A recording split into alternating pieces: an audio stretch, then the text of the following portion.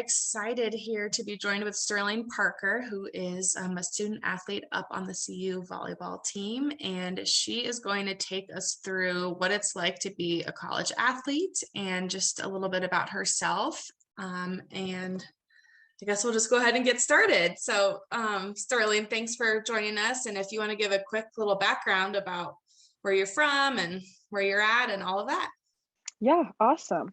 Hi, everyone. My name is Sterling Parker. I'm currently a senior on the volleyball team here at CU.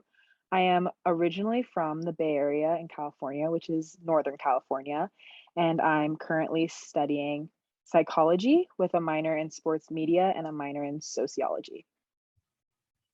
That's great. Did you always know that was what you wanted to major in, or did you Yeah, kind I of? think I definitely always knew that I wanted to be working with people in some way or another, especially being in the sports world and being an athlete for a team sport. I think has definitely made me really outgoing, and I always want to be around people. So I figured psychology was kind of a good place to start, and then also adding that sports media minor later has also made me more interested just in the sporting world and maybe wanting to be a coach or work at a school or something like that. I just want to be around people. Nice. When did you know that you wanted to play volleyball in college too? Oh, that's a good question. I started a lot later than most people start. I didn't start playing volleyball until I was in 8th grade, so I was 14. And that's a lot later than a lot of people start, but I was always a softball player. I did softball and I did dance, and my parents were like, "Okay, you're done with that. You have to do something." And I knew I didn't want to play basketball because everyone always assumed because I was super tall that I played basketball. They're like, "Okay, try volleyball." Picked it up and I was like, "I really like this." And so I think after my first few years, I was like, "Okay, like I'm getting better at this." And then I started getting super frustrated when people weren't as competitive as me at it. So then that's kind of when I got the idea of, okay, like I'm really passionate about this and I want to play this at the highest level. So, and my dad was a college athlete too, and he kind of saw that spark in my eyes and helps facilitate that compassion too. That's great. Did you play in club tournaments or just with your high school or? Yeah, so I started club the same year that I started playing, and I played for a Okay. local club for a while. And then after about 3 years, I decided my junior year of high school that I do want to play at the highest level, so I need to be at a more competitive club. So yeah, I played in high school, and then I did play club in the off season. Great. Well, one thing at Gold Crown that we always emphasize is playing multiple sports as long as you can. And it seems Yeah, like you kind of benefited from that. So I do think some people try to specialize early, but it's great to see that you kind of found your passion later and it worked yeah, out for you. yeah, definitely. I think trying a bunch of things is really helpful. And I always thought I was going to be a softball player forever, and then I was on like year 7 of it and I was like, yeah, this is boring now. Like I want to do something new. And so, yeah, I really do think that there is a lot of benefit from trying a bunch of different things and seeing what parts of each sport you like. Great.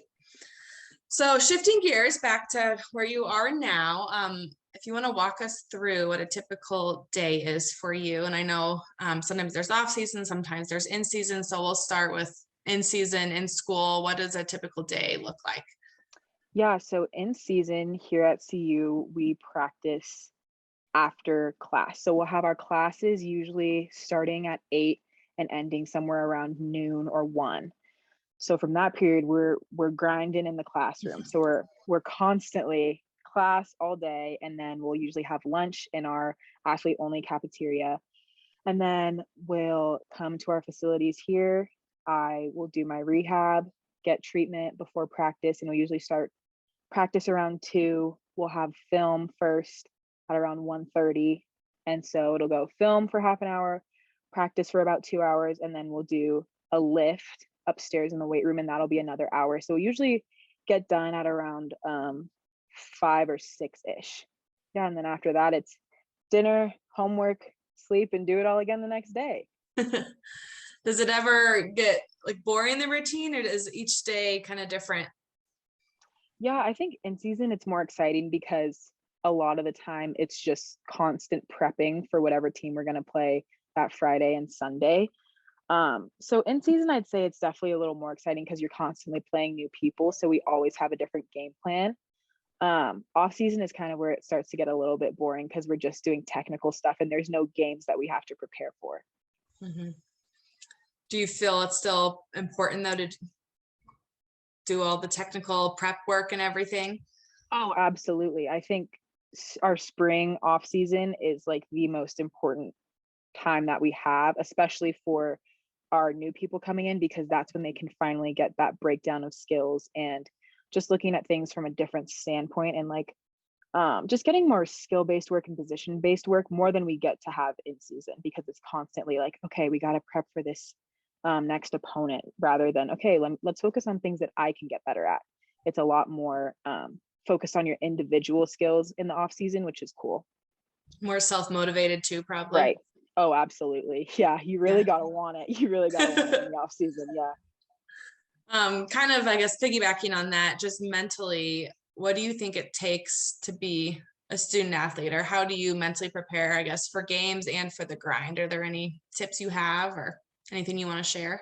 Yeah, I definitely think what I've learned now being a senior is that taking time away from sport is really, really important. I think it can get really easy to be all caught up and all 110% into your sport all the time that you kind of forget that you're a person outside of being an athlete. So I think finding hobbies and finding other ways to wind down after a long day of practice and a long game has been really helpful for me. So like reading a book, just scrolling through social media for a while, watching videos, listening to music, hanging out with friends, like those are all really good ways for me to decompress. And I think that helps take the stress out of a stressful day in volleyball. What are you listening to these days? Oh, I'm listening to a lot of things. I love music, so I'm constantly listening to the new stuff. I'm very R&B heavy, so yeah, and there's been a lot of good stuff. Giveon just dropped an album, Steve Lacy. So there's a lot. I'm getting fed right now in the music world. That's good. Do you have any pump up songs too, or do you mostly just wind down with it? Yeah, we've got as a team, we make a huge pump up playlist before games that we'll listen to in the locker room. And that's constantly changing too with whatever the hits are. We got some Lizzo on there right now. Yeah, but that's a fun time too before games. We have a good pump up playlist. That's great. Tell us a little bit more about your team. It sounds like you guys are pretty close. Do you hang out outside of practice? Like what do you think is important in finding good teammates and being a good teammate? Yeah, so I think kind of the primary thing that we have as a team is that trust. And I think you can't be good teammates to each other without trusting each other. And we have this thing that we call being an obligate teammate, which basically means that I can't do my job and I can't be successful unless other people on my team are successful. So if I'm not doing my job, then my teammates can't do their job, and then we can't be successful as a team. So that's like our overarching goal as a team, is like we got to help each other out. And by building that trust, and we build it every year because we have freshmen coming in every year, but these are my best friends. Like we hang out all day, every day, outside of practice, in practice. And yeah, I wouldn't have it any other way. Like a bunch of us went on a trip to Mexico together last year. So that was fun. Like we just always want to spend time together. So I think that that's really important, and that's kind of hard to find on other teams. But I think that trust and establishing like, hey, when it's game time, like we're going to be competitive, but off the court, like I'm your friend regardless, and I want the best for you. And once you have and develop that trust and that understanding, I think it gets a lot easier to work as a team. Teammates are the best. Yeah, you can't replace them. Absolutely. Yeah. Okay, I'm going to shift gears a little bit to on the court and just maybe some resiliency. So let's say you have a bad play. How do you come back from that mentally before the next play starts? Yeah, so I've recently done a lot of like grounding work. I kind of try to recenter myself, take a deep breath. I'll like wipe my shoes off before every play, and that kind of like recenters me. And also just thinking like, that was 1 point. Volleyball games go to 25. So there's plenty of other points. And then even if I get down on myself, I just think like, okay, what can I do in this next play to help out my teammate? How can I be better in this next play than I was before? And that doesn't always mean, oh, I have to get a kill this time, or I have to get a stuff block. Like just thinking of, okay, like I'm going to get to the ball half a second earlier than I did before, or I'm going to call the ball a little louder, or tell my teammate what options they have to hit. So just kind of, I try and emphasize over communication, I think, when I get in that space of self-doubt. But I think now that I'm older, I'm a lot better at it. But I think in the beginning, it was really hard for me to just kind of move on. But I mean, now that I'm been doing this for a while, I think being able to move on to the next thing is one of the most important skills to have, just because if you keep getting caught up in the past, like you're not going to be able to focus on the future and what lies ahead, which in a volleyball game is so many points. A lot can happen. We've come back from being down by 20 points to win. Like anything can happen in volleyball, which is another reason why I love it. So just kind of keep moving forward and keep your vision and your mind going forward instead of dwelling in the past. I love that. I think that's great that what you can learn from or take away from on the court or off the court or anything. Yeah. Do you have, when you said you came back from 20 points behind, is there one like specific game or play that you always think back on, or something you're looking forward to this season, try to live up to? Yeah, I think we've had a couple games where I think everyone was surprised that we won. We've had a few. I remember my sophomore year, we got crushed by UCLA the first game. And back when we were in COVID season, we would play these teams back to back. So on the Friday, we just got crushed, absolutely demolished by UCLA. 3-set game, done. And then the next day we practiced and we were like, we have nothing to lose. Like they embarrassed us. Like it can't get much worse than that. And so we were like, you know what? We're just going to go in and we're just going to have fun. And we did the same thing that they did to us. That was one of my favorite games ever. Like the confidence and just the pure excitement that we had of like, okay, you know what? We're just going to have fun and see what happens, because the worst already happened. And we ended up winning that game. And that was one of the greatest feelings ever. And at the time they were ranked in like the top 15. And like, we were so ecstatic. That was such a good game. That's definitely one of my favorites. I think the key word there was, let's just go have fun. Mm-hmm. Absolutely. I think sometimes we forget that sports are fun. That's why everybody wants to play. So I think that's pretty valuable. Yeah. I know you said for your pregame routine, you do some like rehab and meeting with your trainer before. Have you ever had a serious injury or anything that you've had to come back from, or is this mostly preventative? Yeah, so I actually got shoulder surgery last season. So I didn't play last season at all, which was really, really hard for me, especially being a starter. I've started since my freshman year, and I'm such a passionate and competitive person when it comes to that. So not being able to even touch the court was super, super hard for me. So I tore my labrum in my shoulder and got shoulder surgery last September. Okay. Yeah, so now it's just that journey of coming back. And I think the hardest part for me right now is gaining my confidence back of like, hey, like your shoulder's repaired. It's not just going to be one swing and done. Like, so having that confidence of like, yes, like I was a good volleyball player before and I can be a good volleyball player again after. And I found that that's the hardest part of coming back from a serious injury like that. Just the mental part of it. Yep. Yeah. Did you, how did you help yourself work through that? Yeah, so our athletic department here has a great psychological health and performance program, and they actually, you're required when you get surgery to go visit with them. And I had already been seeing them before, so I had already had an established relationship with one of our therapists there.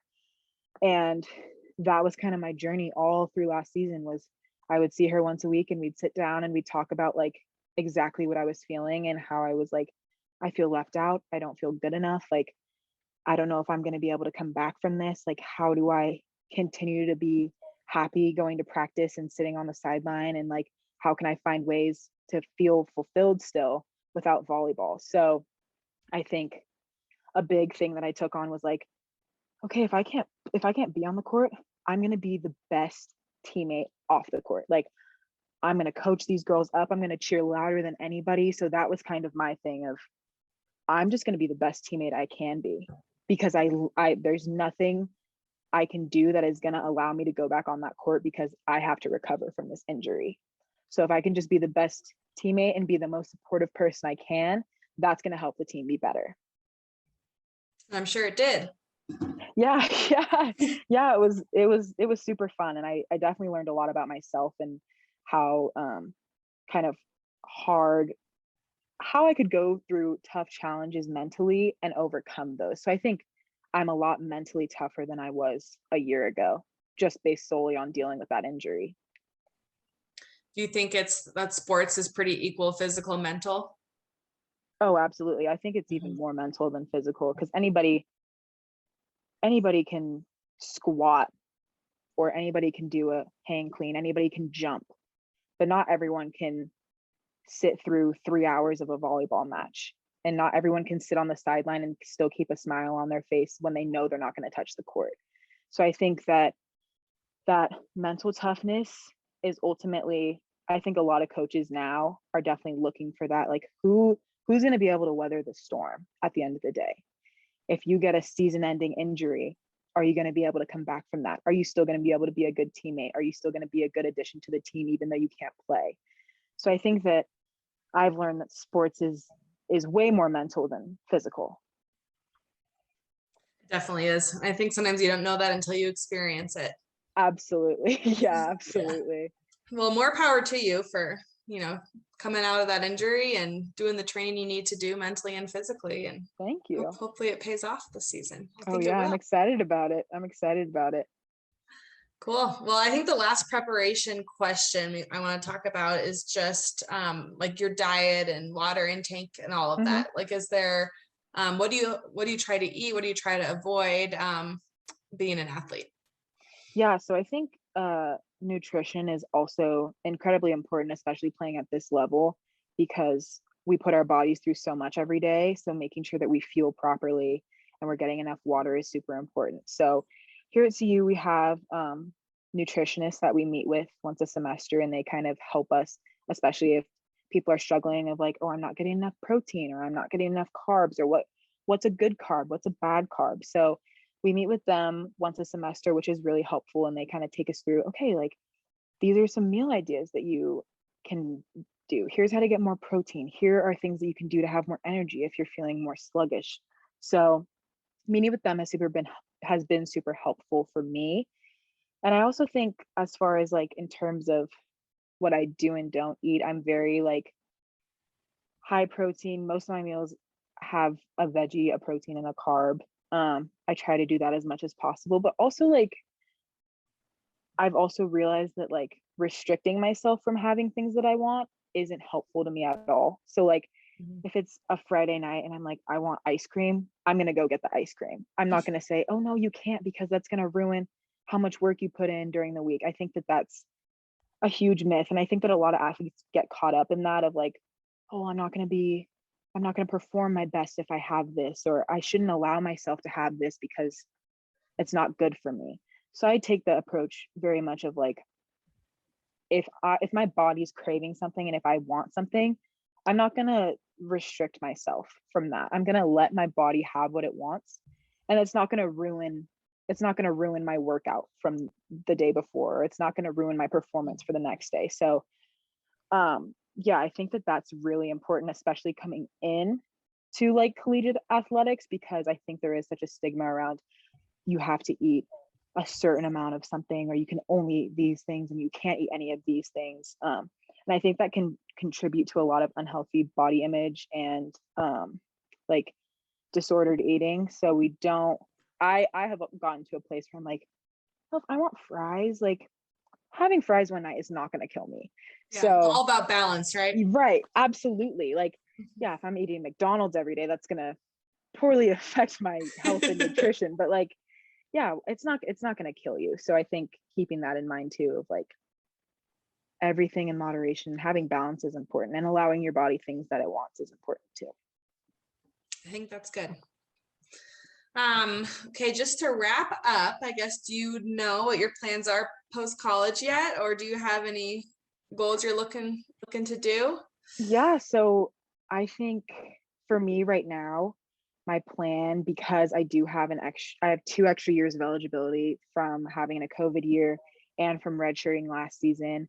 My plan right now is to grad transfer and go and get my master's degree, probably either in sports psychology, or just psychology in general, and kind of go from there and see where that takes me. But yeah, that's my plan right Nice. now. That's Yeah. great. And even better to have extra years of eligibility. Oh yeah. Yeah, Yeah, absolutely. makes a difference. And then what advice would you have for younger kids right now if they're wanting to pursue playing college athletes or Mhm. college athletics or just kind of anything in general? What would you go back and kind of tell yourself in middle school? I definitely think talking I think going to, college camps was one of the most helpful things I ever did because I got to talk to the people who are gonna be who I wanted to be.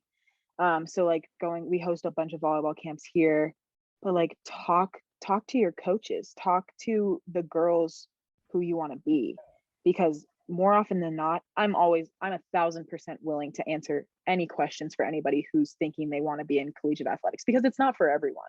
So I would Mhm. definitely say talking to people, and also I think being coachable is you will get recruited if you're coachable. There's a lot of people who just will not change their habits. All coaches want to see is effort to make a change if they're asking you to change something. So I think keeping that in mind of I don't have to be great 100% of the time. If they want me to change something, just showing effort, that you're making a conscious effort of, okay, I'm going to try to get a little bit better at this today, I think goes a really long way. Awesome. Well, thanks so much, Sterling. This was great to talk with you, and Of hopefully course. everybody got a little something out of it. But Yeah. good luck this season. Thank you so much. Of course.